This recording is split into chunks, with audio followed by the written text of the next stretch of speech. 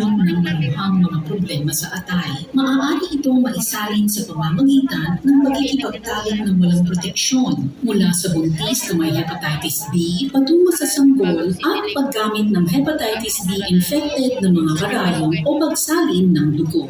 Karaniwang walang sintomas ang impeksyon na ito.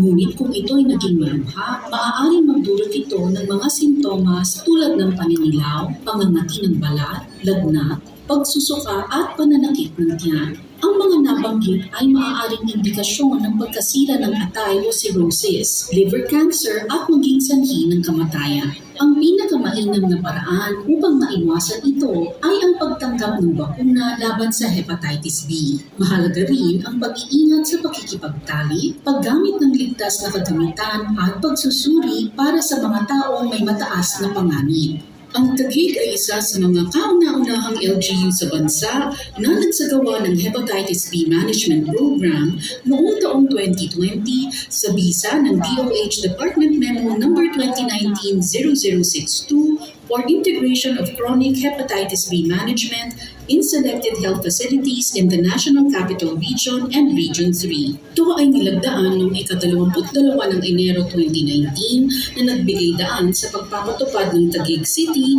sa pagbibigay ng mga serbisyo sa pangangalagang pangkalusugan na may kaugnayan sa Hepa B sa komunidad sa barangay level na opisyal na nag-umpisa noong ika-1 ng Enero 2020 bilang pilot program.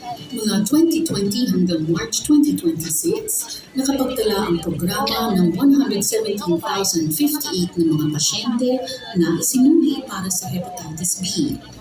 2.7% o 3,222 na katao ay hepatitis B reactive at kasalukuyang nasa ilalim ng pangangalaga ng ating health centers.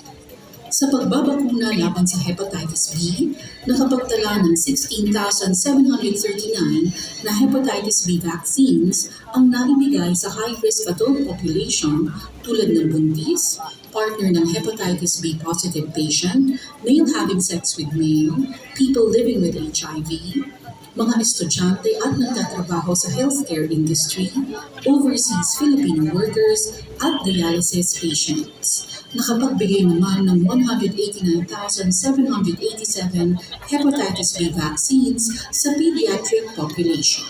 Libre para sa mga Taguigenyo ang mga sumusunod na hepatitis B-related healthcare services. Hepatitis B surface antigen screening o HBsAg. Baseline laboratory test tulad ng complete blood count, liver function test at hepatitis B profile. Consultation, telemedicine, treatment, infant and adult Hepa B immunization sa pakikipagtulungan ng National Immunization Program o NIP, door-to-door medication delivery at free patient transport.